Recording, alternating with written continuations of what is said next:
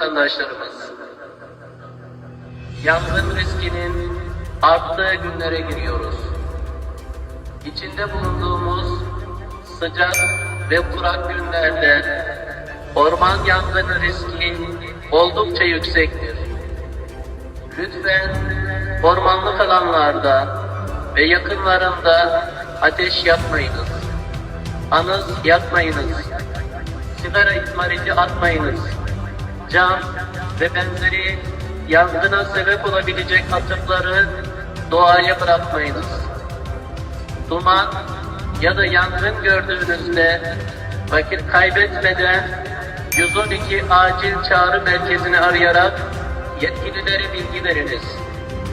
Unutmayalım ki ormanlarımızı korumak hepimizin ortak sorumluluğudur.